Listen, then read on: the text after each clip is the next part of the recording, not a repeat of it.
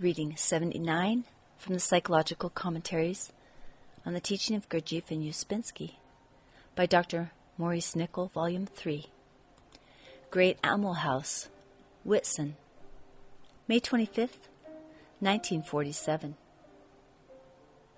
A note on understanding. We have noticed that in this work, man is taken from many different aspects and studied in different ways. From one aspect, it is said that man has two sides, the side of his knowledge and the side of his being. In this connection, one of the practical things we are taught is to get knowledge of our being. Now, self-observation is to get to know oneself, to make one objective to oneself, to become conscious of oneself. One can get to know one's knowledge, and one can get to know one's being.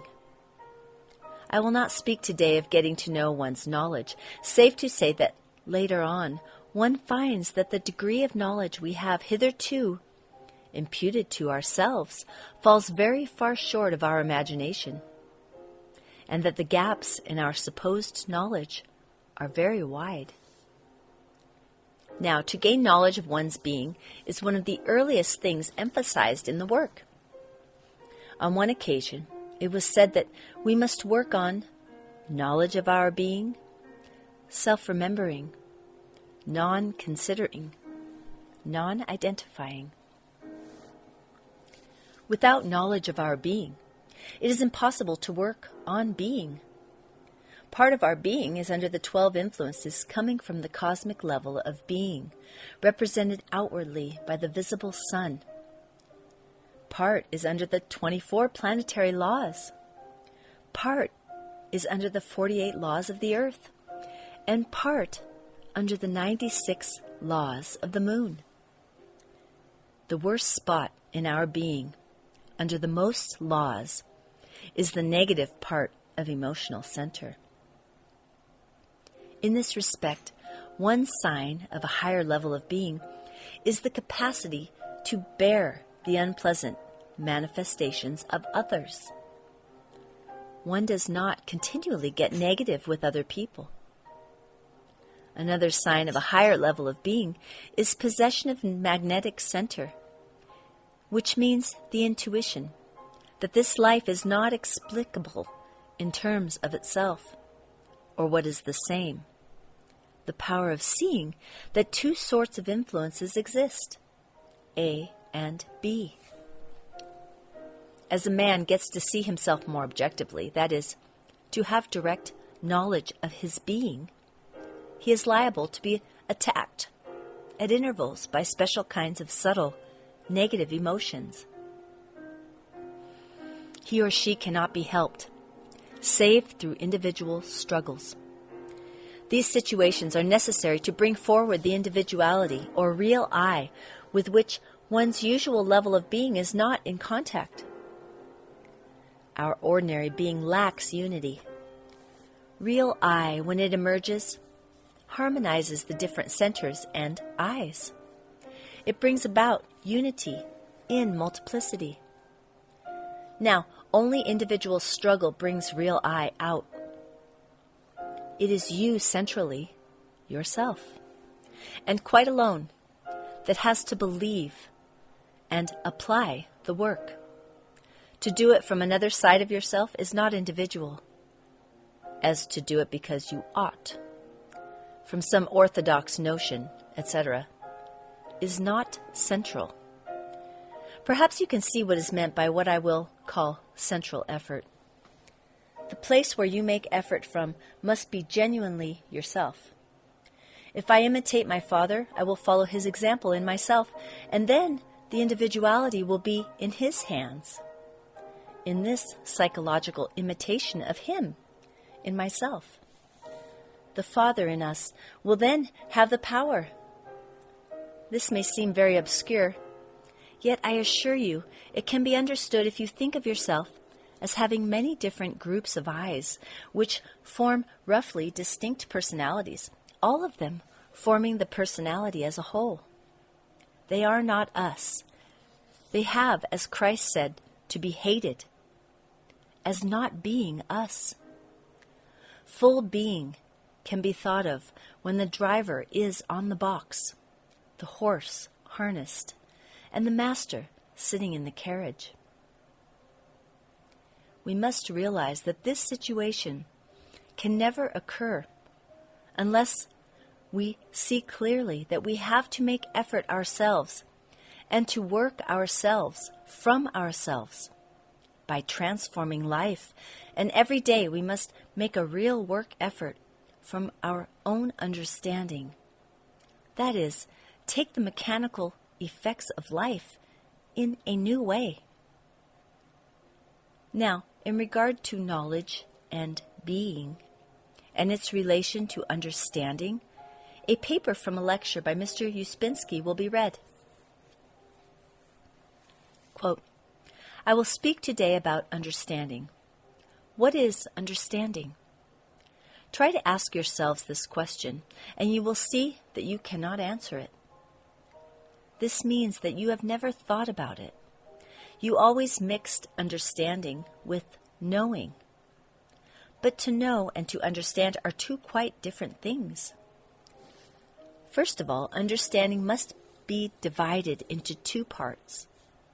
You can understand a thing or a problem or an idea, and you can understand a man, what he says to you. We will leave for the moment the case where you can understand a man without his saying anything, because it is only a development of the same idea. In order to understand a thing, an idea, or a problem, you must know all that refers to it, or as much as possible. For instance, suppose I show you an old Russian silver ruble. It was a piece of money the size of a half crown and corresponding to 2 shillings and a penny. You may look at it, study it, see which year it was coined, find out everything about the Tsar whose portrait is on one side, weigh it, even make a chemical analysis and find out the exact quantity of silver contained in it. You can learn what the word ruble means and how it came into use. You can learn all these things and probably many more, but you will never understand it and its meaning if you do not find out that before the war, its purchase power corresponded in many cases to a present-day English penny farthing. If you find this out, you will understand something about a ruble, and also perhaps about some other things, because the understanding of one thing immediately leads to the understanding of many other things. Now, if we ask ourselves, what does it mean to understand or not understand a man? We must first think of a case where we speak different languages from a man and have no language in common. Naturally, we cannot understand one another. We must have a common language, or agree on certain signs or symbols by which we will designate things. But suppose during a conversation with a man you disagree about the meaning of certain words, or signs or symbols. You again cease to understand one another. From this follows the principle that you cannot understand and disagree. In ordinary conversation, we say very often, I understand him, but I do not agree with him. From the point of view of the system we are studying, this is impossible. If you understand a man, you agree with him. If you disagree with him, you do not understand him. It is difficult to accept this idea, and it means that it is difficult to understand it. Let us try to understand more clearly what understanding is. There are 2 sides in a man which must develop in the gradual course of his transformation. These are his knowledge and his being. I have already spoken many times about the necessity for the development of knowledge, particularly self-knowledge, and you can easily understand the idea of different levels of knowledge and the relativity of knowledge. what people do not understand in most cases is the necessity for the development of their being, or the possibility of very different levels of being. Now, what does being mean? A Russian philosopher, Vladimir Soloviev, used the term being in his writings. He spoke about the being of a stone, the being of a plant, the being of an animal, the being of a man, and the divine being.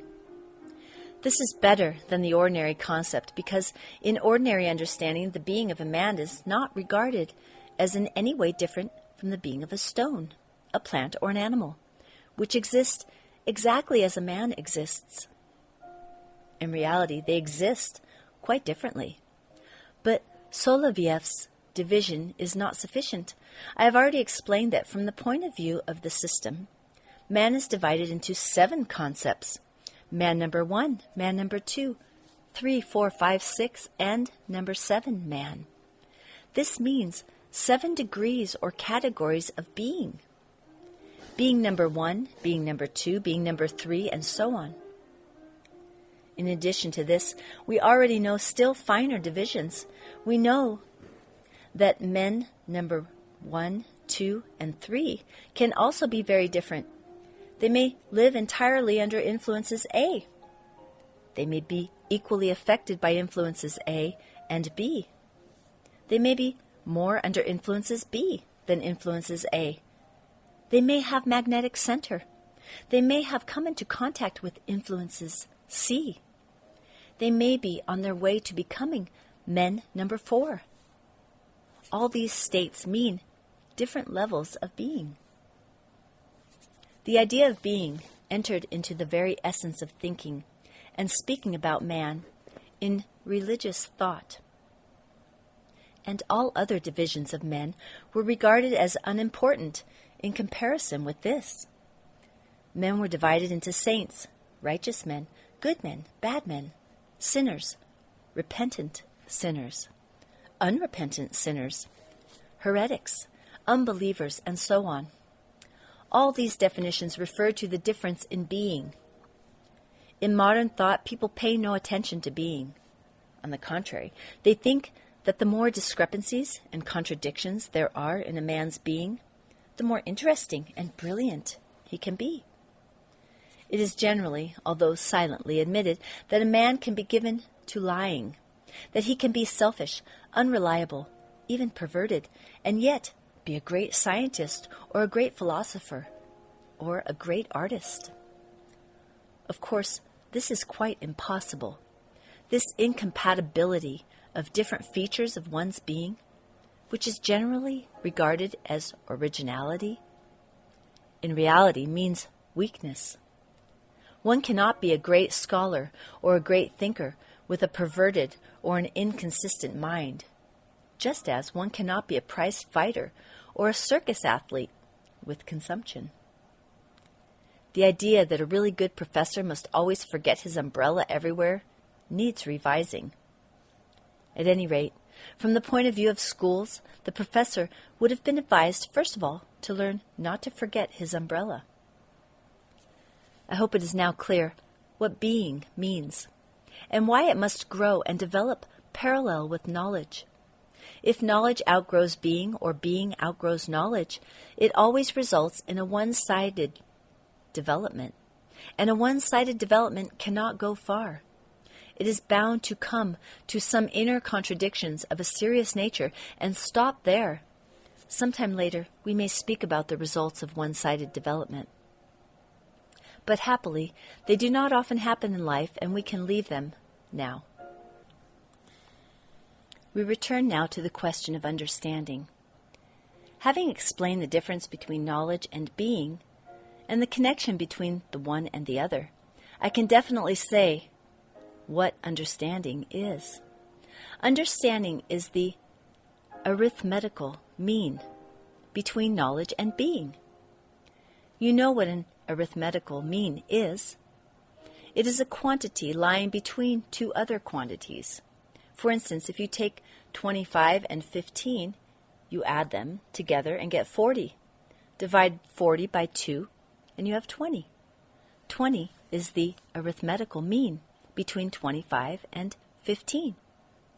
This explains the necessity for a simultaneous growth of knowledge and being. The growth of only one of them will not increase enough the growth of the arithmetical mean. This also explains why to understand means to agree. People who understand one another must have not only an equal knowledge, but they must also have an equal being. Only this gives a possibility of understanding. Another wrong idea which people have had always, and which particularly belongs to our time, is that understanding can be different, that people can understand the same thing differently. This is quite wrong from the point of view of the system. Understanding cannot be different. There can only be one understanding. But at the same time, people understand things differently. How can we find an explanation for this seeming contradiction? In reality, there is no contradiction.